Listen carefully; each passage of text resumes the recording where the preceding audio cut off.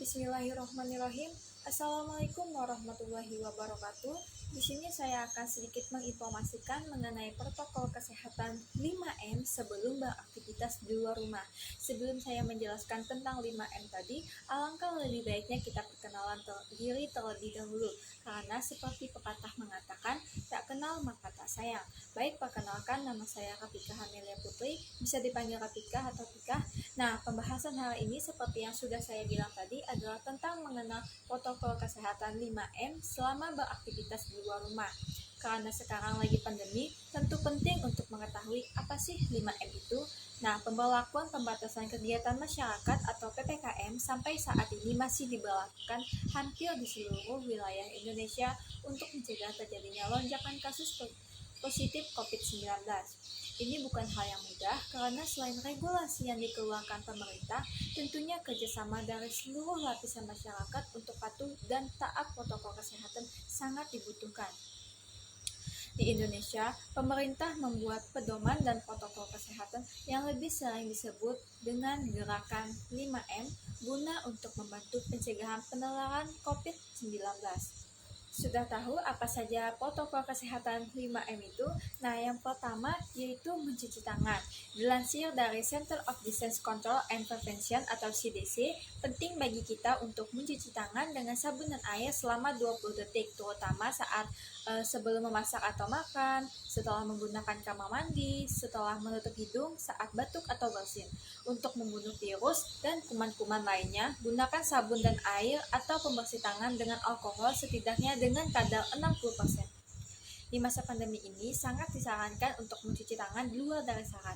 Nah, kita dapat sangat disarankan untuk mencuci tangan setelah bepergian keluar, menerima barang dari luar, atau setelah berjabat tangan dengan orang lain. Yang kedua, yaitu memakai masker. Pada awal pandemi virus corona tahun 2020, Organisasi Kesehatan Dunia atau WHO mengatakan bahwa penggunaan masker hanya direkomendasikan untuk orang sakit, bukan orang sehat. Namun, berkembangnya virus tersebut membuat WHO akhirnya mengeluarkan himbauan agar semua orang, baik yang sehat atau sakit, agar selalu menggunakan masker saat beraktivitas di luar rumah. Penggunaan masker tidak hanya diwajibkan di Indonesia, tapi seluruh negara dengan kasus positif corona yang terbilang tinggi. Center of Disease Control and Prevention atau CDC memperbaharui pedoman terkait penggunaan masker. CDC menghimbau masyarakat harus memakai masker meski berada di dalam rumah pada kondisi tertentu. Menurut CDC, penggunaan masker di dalam rumah perlu dilakukan ketika terdapat anggota keluarga yang terinfeksi COVID-19, terdapat anggota keluarga yang berpotensi terkena COVID-19 karena aktivitas di luar rumah, merasa terjangkit atau mengalami gejala COVID-19, ruangan sempit, tidak bisa menjaga jarak minimal 2 meter.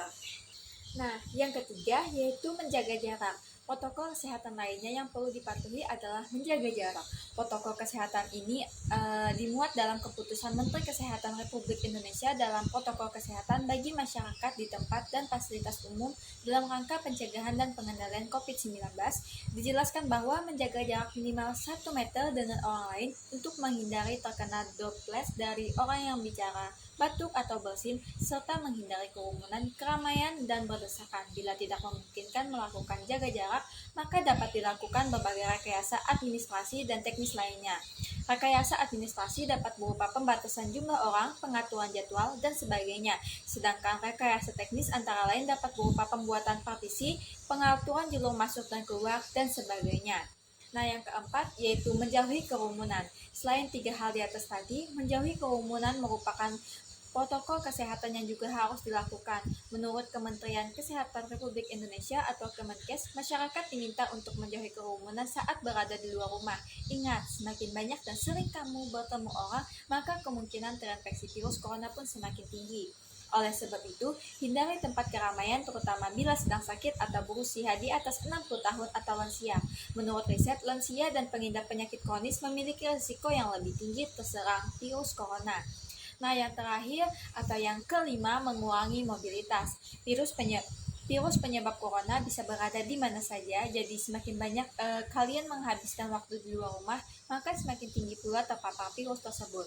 Oleh karena itu, bila tidak ada keperluan yang mendesak, tetaplah berada di rumah. Menurut Kemenkes, meski sehat dan tidak ada gejala penyakit, belum tentu kalian pulang ke rumah dengan keadaan yang masih sama.